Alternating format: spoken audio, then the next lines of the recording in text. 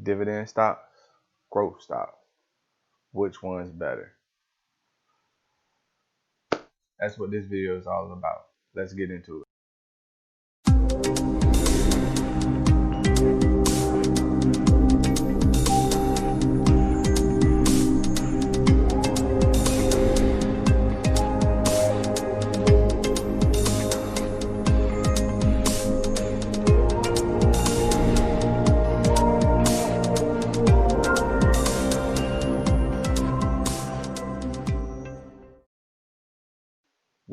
Welcome to A Piece of the Pie with Ty. I'm Ty, and today we're going to be talking about dividend stocks versus growth stocks, how to identify them. Because the last thing you want to do is get into a growth stock and you hope for dividends, or get into a dividend stock and you're expecting to get a 100% growth in a year or 50% growth in a year, when it averages about 10% growth because you're in a dividend stock. All right. We're going to talk about the perks of both, and I can do this better on the computer. So let's go straight to the computer. All right. Now we're on the computer. So I wanted to show you guys this. This is CharlesSchwab.com. Shout out to Charles Schwab. They got pretty good tools and analytical tools on their website. I told you guys I got a whole bunch of different ones, but Charles Schwab, I do like that. They are a little more analytical. All right. So this is a retirement one. It looks different from the Robinhood one, because the Robinhood one is more geared to growth, a lot of growth stocks. This, I'm gearing it more so for dividends. And that being said, personal value, that's important. But what's more important than personal value is this right here, investment income. So this is how much you would generate in income from your portfolio. So on average, I would generate $10.59 a month right now. Of course, like I said, just started out with this. So ideally, a person that's looking to retire could keep putting money into their account and mainly focusing on dividend stocks, so that number would increase.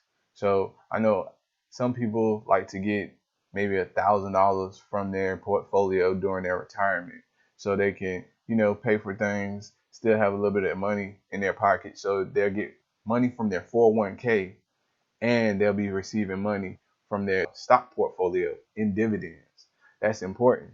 And another thing that's important too, that with the dividends, you could, of course, if you were to pass or whatever, someone else could get your stock portfolio and say, if I did get it to the point that I generate $1,000 a month from the stocks that I hold, all right, let's say I'm deceased.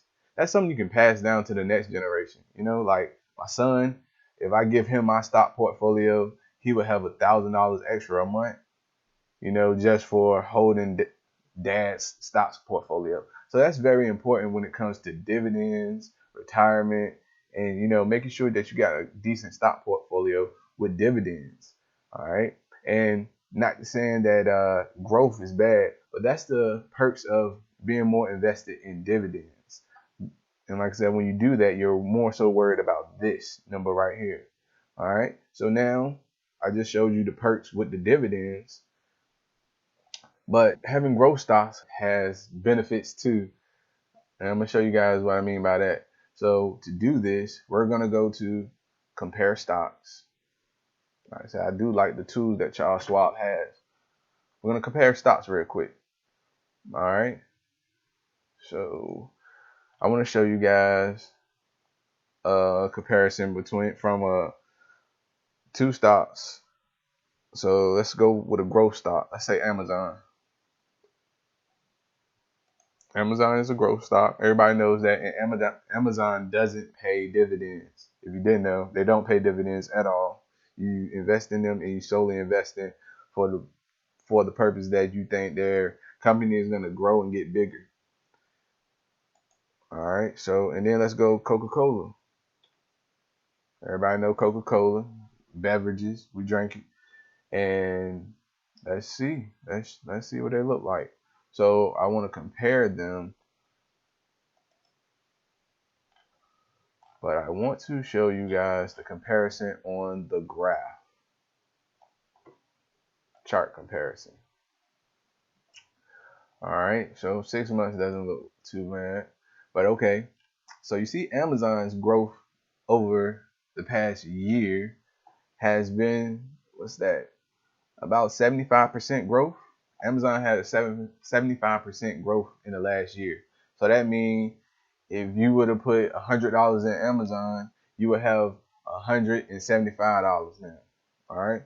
So that's what their growth is. That's the benefit of a growth stock. You can actually see your physical money grow. All right. Now Coca-Cola, they had a negative return for the last year. They look like they're down like 5%. All right, so you're saying, dang, I lost money on Coke. Lost money? Yeah, you lost money on Coke. So that's what dividend stocks look like compared to the growth stocks. Growth stocks will beat them out the water when it comes to price. But let's say you had 10 shares of Coke. All right, if you had 10 shares of Coke, you earned $16.40 based off their annual dividends on top of the money. So yeah, your stock didn't really go down.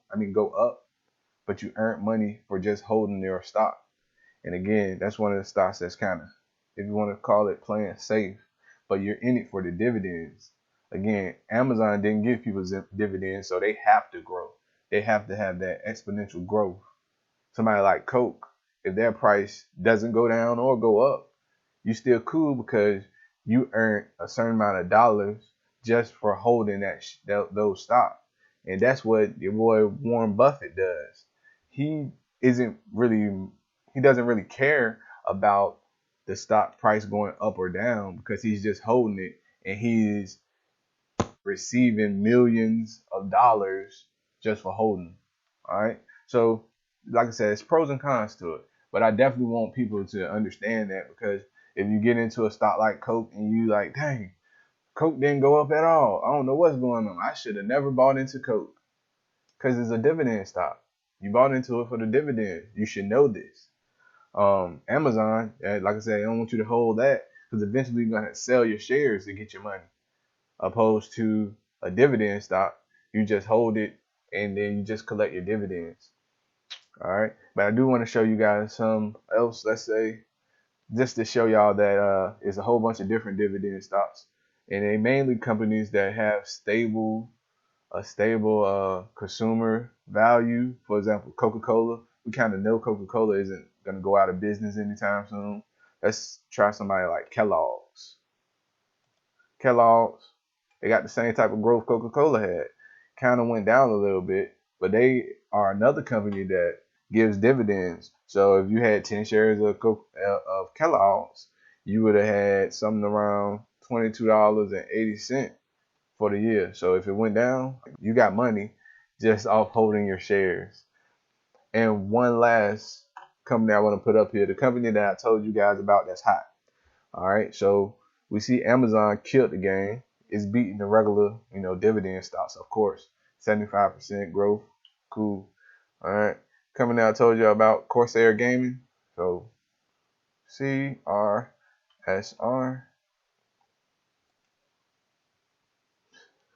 Corsair Gaming, this is purple one. All right, so if you would have invested in Corsair Gaming, it had almost a 200% growth. So that's what I'm saying, the balance. You got to look, if you looking for growth stocks, are you looking for the upstart growth? Because you're really going to win if you solely want growth stocks. You're going to win off the upstarts. Or you're looking for a stable company like Amazon. You guys see how this chart changed drastically once I put in Corsair Gaming. All right. So that's just a few things to look at. And that's the year to date value. But if you go back, let's go back. Sheesh, Corsair been killing the game. All right, over 1 month. Amazon is blue. Amazon hasn't really went anywhere. Coke been going up a little bit. That's 10 days. And that's what happened too. Corsair Gaming, it had a massive dip, but then it shot back up too. It, those newer stocks that's upstarts, they're gonna do that. But the end result is, if you get a upstart and you actually find one that has great value like that, like Corsair Gaming, this will happen. You'll beat Amazon. Like Amazon is a growth stock. You get into them solely for the purpose that they're going to grow, and Amazon costs thousands of dollars. You know, almost $3,000. I'm not sure what they're trading for now. I'm pretty sure they are at about 3,000.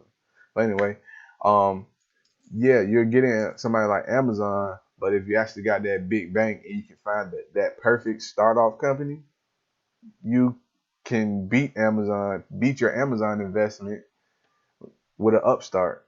Of course, Amazon is a great company. I think they're gonna be going up for a while. But you know, that's what you get into when you're looking for those growth stocks. All right. So, like I said, it got pros and cons. You can increase your value with growth stocks, or you can wait and collect dividends with dividend stocks. All right, guys, that was just a quick rundown of the difference between dividend stocks and growth stocks. I just wanted to let you guys know those differences because I'm going to be giving you guys my favorite dividend stocks in the next video, my 4 favorite dividend stocks. But I just want you guys to know that they are dividend stocks. Yeah, they might have a little bit of growth, but I'm invested into those solely for the dividend purpose, not so much of the exponential growth like Corsair Gaming.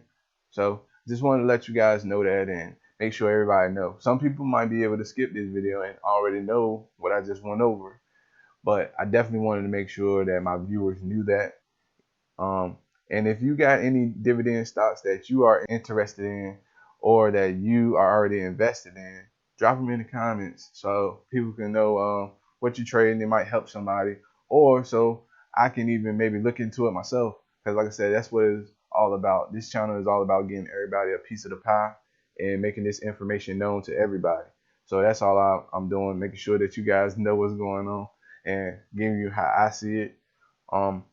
So thank you for tuning in. If you do like the content in this video, please hit the subscribe button, like, share. All right.